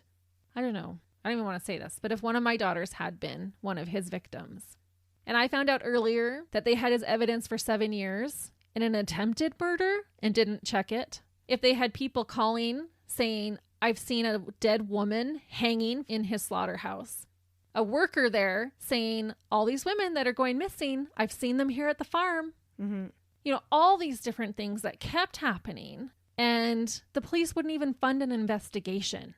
Right. But it sounds like they couldn't because those things were hearsay. Like, they followed up with that person, but then the girl wouldn't admit to seeing it, right? Right. But there was the one officer who wanted to open up an investigation, and they would not give him the funds. Yeah. And we're not talking 1 or 2 women that were murdered. No. At least 49, possibly more. Over 60 went missing at that time. Yeah. I don't know. I just think it opens up a huge precedence if you can sue the police and have liability for them missing evidence. Right. Because there's always going to be mistakes like that made. Unfortunately, it's really, really awful, but they're human just like the rest of us, right? But I feel where the difference is, if 49 women from a prominent neighborhood had gone missing, white women in a prominent neighborhood, would the police have ignored all of those missing persons reports? People calling in and saying, this guy down the street, I saw him butchering a woman in his basement. Would they have ignored that? Or would they didn't even put him under surveillance. Yeah, they should have put him under surveillance. Yeah, I don't feel, honestly, that the sex workers, primarily Indigenous sex workers in downtown East Side, were treated the same as if they were affluent women in a different area. I totally agree with you on that case. I just don't know how you prove that in a lawsuit. No. And so I totally get it. And what they did was wrong, but the precedence that it sets is huge. It does. Even though it's without liability, they are saying, yeah, you guys deserve this. Yeah, exactly. We did mess up. Yep. And they did. A payment admits fault. Right. Even if it's not officially claiming that fault. It's pretty wild. And that's where I said I feel like they dropped the ball the whole first part of it, and then the investigation they did really well. That's crazy. And maybe I'm coming at it from a medical standpoint where you have to be able to admit fault and to make changes without fear of repercussion of always being sued. Or else nobody's going to come forward. You'll just always hide your mistakes, or you'll get people that don't want to do the job anyway. Because you're always going to be found at fault, because sometimes it's just human error. Yeah, that I totally get. Yeah. But all I'm saying, if it was a woman CEO of a company who he was being charged with that attempted murder. Yes. Would they have tested his clothing? Yeah. Absolutely. Because it was a sex trade worker who was a drug addict, was high at the time, from the downtown East Side, they left that evidence in a locker for 7 years and didn't bother. Yeah. There is a victimology that they didn't take seriously. Right. And this is not the first time we've heard of this happening in Canada. Not at all. So it's a problem. In 2010, the BC province held an inquiry to examine what happened in the Pickton farm case, particularly how it was handled by authorities. And so an inquiry to me makes so much more sense than a lawsuit. Yeah. Because an inquiry you're going to bring about change from. A lawsuit, you're just paying out money. Yep, I agree. The Missing Women Commission of Inquiry issued a final report that was titled Forsaken. The inquiry said there were, quote, blatant failures by police, including inept criminal investigative work, compounded by police and societal pressures against sex trade workers and Indigenous women. These failures had led to, quote, tragedy of epic proportions. Mm-hmm. The inquiry issued 63 recommendations to encourage more effective, less fragmented police cooperation. It also called for adequate funding for emergency shelters for sex trade workers. This is also where they had suggested the compensation for the victims' children. Thankfully, some changes did happen as a result of this report. The missing persons unit was made a regular part of the police department. Investigations must start right away without delay, because some were being reported missing and they didn't even bother looking. And there were some logistical changes to how family members are informed of and advised about cases like this one. A case file is now also to be left open until the missing person is found. Oh, and that would be a huge difference in practice. Mm-hmm. Yeah. Because with some of these women, some of them didn't even get a case file opened. Mm-hmm. And then some didn't even get investigated and then closed. Yeah, that's sad. There were some appeals on this case. On January 7th, 2008, the Attorney General filed an appeal in the British Columbia Court of Appeal against Robert's acquittals on the first-degree murder charges. He's like, well, what the heck? Why is this second degree? Yeah. The next year, almost exactly a year later, January 9th, 2008, Robert's lawyers filed a notice of appeal in the same appeal court seeking a new trial on 6 counts of second-degree murder. So let's just do it all over again, starting with a lesser charge. And I thought, how gross would it feel to be part of Robert's defense team? Can you even imagine having to defend him? Well, and what are they actually hoping to accomplish? I don't know, maybe hoping he'd get an even lesser charge. Like it worked the first time, first degree to second degree. I don't know what their reasoning was, but they didn't want him being accused of first degree murder. On July 30th, 2010, the Supreme Court of Canada upheld Robert's conviction. It was to stay as it was. It was a unanimous vote not to allow him a retrial. And due to time, I've already talked your ear off. That is your very brief overview of the appeals proceedings. But of course, there's more to it. But that was your basic gist of what they were each wanting. The Supreme Court was like, no, we're leaving it how it is. Well, and thank goodness they didn't allow another retrial, because that would be that many more people exposed to the horrific details of that case. Oh, for sure. Mm-hmm. I don't think the prosecutors wanted to go through that again. I really don't think a judge wanted to sit and listen to that again. And then it took them a whole year just to decide on what evidence to include. And juries, just be a waste of time and money and put people through more trauma. And so were they saying that the retrial, they would fight some of the evidence that was admitted in the other one? Or it was strictly because they were changing the charge? They wanted to change the charge. Oh, so the prosecution wanted to change the conviction back to first degree. The defense wanted to change the original charge to second degree. But I think the Supreme Court made the right decision and said, no, we're done with this. It's done. This is how it's staying. Robert spent most of his incarceration at Kent Institution in Agassiz, BC, a maximum security federal penitentiary. In 2018, he was transferred to the Port Cartier Maximum Security Prison in Quebec, 600 kilometers from Quebec City. Why all the way to Quebec? The reason the families were told that he was being transferred was for his protection and so he could have access to better programs. Ugh. One of the cases I'm researching right now, this guy, he tries to deal so that he gets good stuff like Robert Pickton. Ugh, it should not be allowed. No. As far as I'm concerned, you do that to 49 women. We don't care how protected you are. Protected or what kind of programs you have access to. Sit in your cell and rot. Yeah. As you can imagine, families were upset. Marnie Frey's aunt said, quote, "It is emotional. You think you've put it behind you, but then you get this phone call." Because they called the family members to tell them. And are you ready to be even more appalled? In 2016, Robert was able to smuggle out of prison a transcript of his autobiography that he allegedly wrote. No. The book was titled Pickton in His Own Words. Was it published? It was. It was published and sold on Amazon. I believe it is no longer available to order. I couldn't find it anywhere, and I wouldn't have bought it anyways because it shouldn't be available to purchase. No. Amazon took it off because the public was outraged. Because Robert was being closely monitored, he smuggled the manuscript out via another inmate. That inmate sent it to a friend named Michael Childress, who published the book as himself as the author, but it was written by Robert. Wow. CTV said the book references biblical passages, is full of spelling mistakes and has transcripts of his interviews with the police. In the book, Robert claims he is innocent of all the murders and says that the RCMP made him the fall guy for all of the deaths. And so who actually was the murderer? He's not saying. He's like, oh no, they're just pinning it on a pig farmer. Oh yeah, right. You don't end up with that much evidence on your property without having... No, it's bizarre for him to say that. But to me, this proves that Robert Pickton has zero remorse for his actions. He's such a greasy, vile weasel. Yeah. Ugh. Family members of the victims spoke out about the book. Sandra Gagnon's sister said, quote, "It really disgusts me knowing that the worst serial killer in history has the nerve to write that book and reopen wounds." Wally Opal, the former BC Attorney General, said to CBC News, quote, "I'm thinking here and now of the families who have gone through so much, the victims, the survivors of Pickton, and it has to be hurtful for all those people who were afflicted in any way with the victims, to hear that Pickton has access to this type of publicity."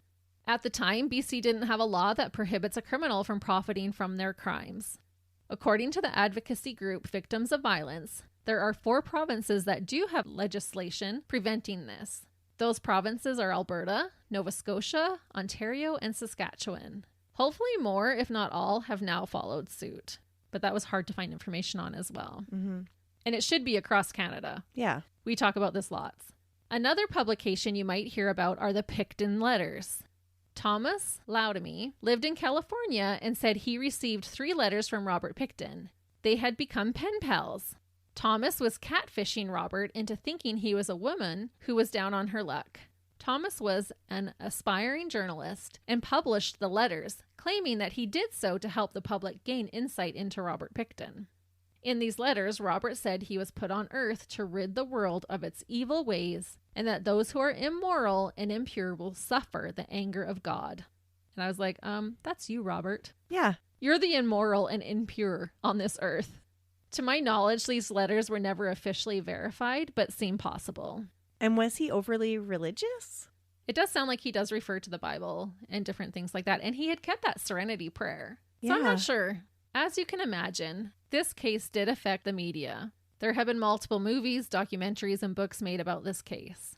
Again, I want to recommend the book On the Farm by Stevie Cameron. She definitely goes into more detail about the victims and the missing women of Vancouver's downtown east side. She's an investigative journalist. She spoke with a lot of the people involved in the case, so she delivers the details. She also released a smaller publication about Robert. I'm going to end with a quote from Stevie about her book, but I feel like it wraps up the case nicely. When interviewed, she said, quote, "I decided to tell the story of every single woman on the official victims list because Pickton admitted to killing 49, but was convicted of killing only 6. I heard the testimony on the other cases, and I thought the lives of these women mattered. I'd met their families, their friends, their children. People loved these women." And that is the truly horrific, utterly evil, and disturbing case of a man who viciously and callously murdered, butchered, and fed at least 49 women to his pigs. The shockingly slimy, pathetic excuse for a human, Canada's worst serial killer, Robert Pickton. Dirtbag extraordinaire. Happy Canada Day. Man, when Canadians murder, they go big. Yeah, when they do a doozy of a job. Christy, that was a huge case. That was ginormous. And I couldn't even put it all in there. I would have loved to talk about as many of the women as I could have more in detail and talked more about the trial and more about the evidence and the proceedings and what he did. But like I said, it would be an entire series if I did that. It's just fascinating. And like with this case, I'm grateful that the inquiry helped make some changes. Because yes, the police messed up. It happened. But if we can learn from it and grow from it, then it's not a complete loss. No, totally 100% agree with that. The inquiry was needed. Yeah, it definitely was. Yeah, to identify areas where there was weakness to improve on so that maybe that doesn't happen to more people. Their mishaps maybe didn't save more women in that moment, but hopefully what they've learned from that case in Canada as a whole can help save more victims in the future. Yeah. So now can you see why it took me so long to get ready to do this case? And even just I felt like getting mentally prepared. Like I am really happy to now close this chapter in my life about Robert Pickton. And wash your eyeballs. Yep. My brain needs a shower again. That's right. It was your brain needing a shower, not washing your eyeballs. Yeah. Wasn't there one that you said I needed to wash my eyeballs after seeing the pictures? Yeah, that was the same one that my brain needed Yeah, a shower. shower? That was Issei Sagawa. Yes. Yeah, that case still bothers me. Because he got off. And because I looked at the photos Yeah. that were included in his book that he was able to profit from. So crazy. And he was a cannibal and is walking free. Yes. At least Robert is behind bars, and hopefully he doesn't even make it to 2032 to get to that parole hearing. But even if he does, there's no way they're letting him out. I would definitely hope not. I feel that way too, but you never say never is what I've learned when we're going through these cases. Yeah, stranger things have happened. And how many murders have we seen get off on good behavior and then go back and do it again? So many of them do that. I couldn't find much information about him in prison, but if they're willing to transfer him to Quebec from British Columbia, just so he's more protected and has better programs there, he must not be misbehaving while he's there. It's true. It always just shocks me that we're taking care of these dirtbags. I know. Because sometimes, like in a case like this, that just seems like the injustice for everybody else that we're paying to take care of him. Right. And even though like 25 years, that's a long time. But if that was my loved one that he had murdered, it would be like this nagging countdown, 25 years. And who knows, which is wild to me. So wild. Yeah. If you kill 49 women, you shouldn't be allowed back out. No, you're not reforming after 49 women, especially when he's still bragging about it. Oh, I wish I would have gotten one more. And then writing a book saying I'm innocent. They were using me as their fall guy. Baloney. Yeah, that's not true. Well, I know a case like this is not how you normally would celebrate Canada Day, but we had to celebrate buried motive style With a Canadian dirtbag. with one of our biggest Canadian dirtbags. But as for our listeners, we hope that you have a wonderful Canada Day celebration and stay safe out there. See ya. Bye.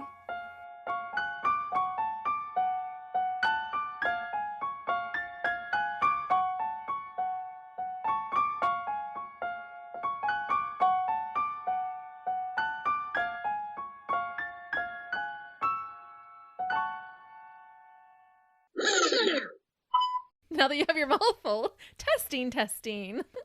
You did that on purpose because I just took a bite of cookie. It's because I already ate my whole Kit Kat. I'm ready to go.